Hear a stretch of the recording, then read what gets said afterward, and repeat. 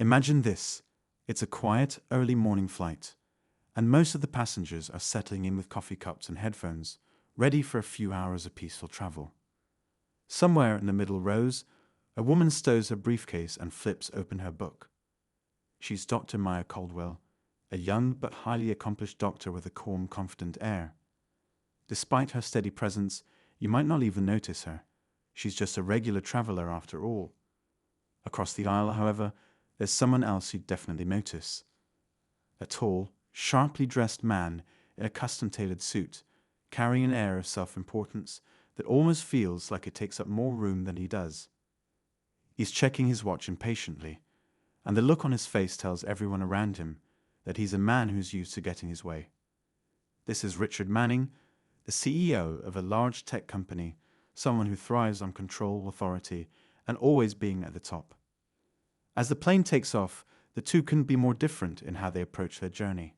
Dr. Caldwell is just relieved to have a few hours to herself after an intense week at the hospital, where her work saving lives has earned her quiet admiration and respect from her peers.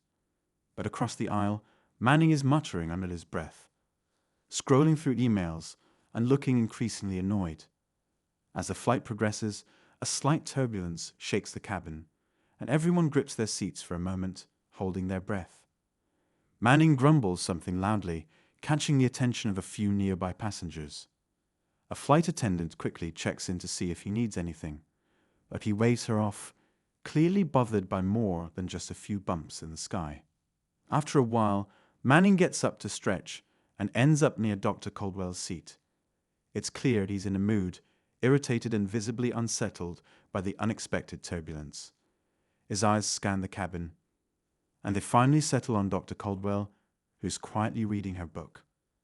Manning, perhaps hoping for a distraction or simply someone to complain to, strikes up a conversation. At first, his questions are polite enough, but there's an edge to them. And then, out of nowhere, he makes a comment, an offhand remark that drips with condescension. It's subtle but unmistakable. He assumes Dr. Caldwell is just another passenger, perhaps someone who wouldn't understand the stresses of a CEO's life. As the conversation continues, he begins to make assumptions about her background, her education, her place in the world. Dr. Caldwell, trying to keep her composure, gives polite but firm responses. But Manning just doesn't seem to get it. Emboldened by his own ignorance, he goes even further, letting his assumptions spill out in comments that quickly go from annoying to offensive. At one point, he even questions her ability to handle complex situations, without knowing who she is, without realizing he's talking to a highly respected surgeon who's saved countless lives under unimaginable pressure. And then, just as Manning's words reach a peak, something happens that no one on the plane was expecting. Dr. Caldwell's grip on her book tightened, her calm demeanor slipping just enough for her to shoot Manning a look that should have been a clear warning. He was crossing a line. But oblivious to this, or simply not caring, he continued, his words becoming sharper and more presumptive with each passing moment. There was an almost visible divide between them, a clash of egos and values, a tension thick enough that the passengers seated nearby started to shift uncomfortably, sensing that something was brewing. Some glanced over, exchanging quiet looks, perhaps wondering what was pushing Manning to act this way. After all, he had no idea who this woman was, yet here he was, delivering patronizing advice as if he were her superior. The flight attendants were busy moving through the aisle, but a few of them exchanged uncertain glances, aware that the conversation was growing more intense. Manning, seemingly unaware of how his words were landing, went on, veering into a speech about the stresses and sacrifices required to reach his level of success. He spoke as if no one else could possibly understand what it took to get to the top, as if being a CEO made him somehow more valuable or important than anyone else on that flight. His voice held an odd mixture of pride and self-pity, and Dr. Caldwell could feel her patience thinning, the words she held back simmering just beneath the surface. What he didn't know, and what made the whole scene almost absurd, was that Dr. Caldwell's accomplishments, though less publicized, were no less significant.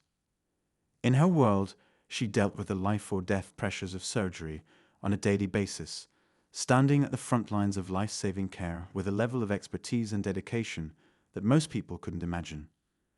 Her achievements had been hard-earned, the product of years of rigorous study, endless hours in residency, and countless nights where sleep was a rare luxury. And here she was, being talked down to by a man who hadn't bothered to ask a single thing about her.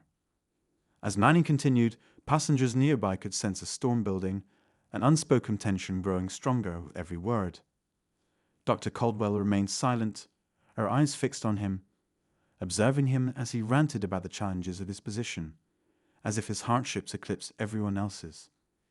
He made statements like, "You wouldn't understand. You're lucky you don't have to deal with the kind of pressure I do, and people don't realize how lonely it is at the top." To him, she was just another person on a plane, probably traveling for some mundane reason. He didn't stop to consider that she might be something more. What Manning failed to recognize was that his words said far more about him than they did about her. The way he carried himself, the way he dismissed her, all paint a picture of a man accustomed to wielding authority, used to his words going unchallenged. And for some reason, he had zeroed in on Dr. Caldwell as his audience, assuming she was an easy target for his self-important monologue. He didn't seem to notice how uncomfortable the people around them were growing, how some passengers were listening closely, intrigued by the audacity of his tone, while others looked away, hoping the conversation would end. The flight wore on, and Manning's condescending comments continued, weaving in and out of topics that felt like little jabs, barely concealed behind a thin veneer of politeness. It was as if he were testing her, seeing how far he could go, perhaps trying to assert some imagined superiority. Each time he made a snide remark, Dr. Caldwell felt her patience slipping a little more, the silence between his words filling up with unspoken truths she was holding back. At one point, a young woman seated across the aisle leaned over, giving Dr. Caldwell a sympathetic smile, as if to say, "I see you. I see what you're putting up with." It was a small moment, but one that seemed to remind Dr. Caldwell that she wasn't alone in seeing the arrogance in Manning's behavior. The woman, likely just a student or someone on a casual trip, looked at her with an understanding that hinted at her own experiences with people like Manning, those who believed that status or wealth made them better, made them untouchable. As the minutes passed, it became almost unbearable for the others around them, as though they too were feeling the weight of Manning's assumptions. There was a shared silent tension among them, like a collective feeling that something had to give. Manning, however, didn't notice this shift.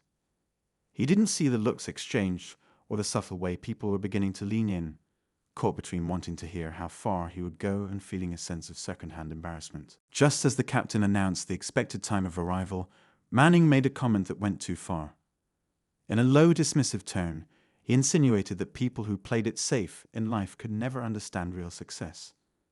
He implied that some people like her, lacked the courage to reach for more, to rise above the ordinary. His words were heavy with implication, each syllable carrying an assumption about her background, her life, her very worth. And for the first time, Dr. Caldwell felt her resolve crack. She took a deep breath, preparing herself, carefully choosing her next words. For too long, she had been holding back, giving him the benefit of the doubt, hoping he would eventually realize the error of his assumptions. But as she looked at him, seeing his smug expression, she realized he wasn't going to stop. If anything, he was growing bolder, feeding off his own self-assurance. She felt the eyes of others on her, silent allies who shared her discomfort. And in that moment, she decided it was time to let him see the reality he had so thoroughly ignored. Her mind raced, thinking of how to phrase her response, how to convey everything she'd been holding back without sinking to his level. She wanted to make her point, to let him know that his assumptions, his entire view of her, was based on nothing but his own biases. Manning, still unaware of the change in her expression, continued speaking, his tone dripping with condescension, his words like knives dulled only by his lack of awareness. But everyone else could see what he couldn't, that something was about to happen, that the woman he had underestimated was finally ready to speak up, and when she did, the entire plane would be listening.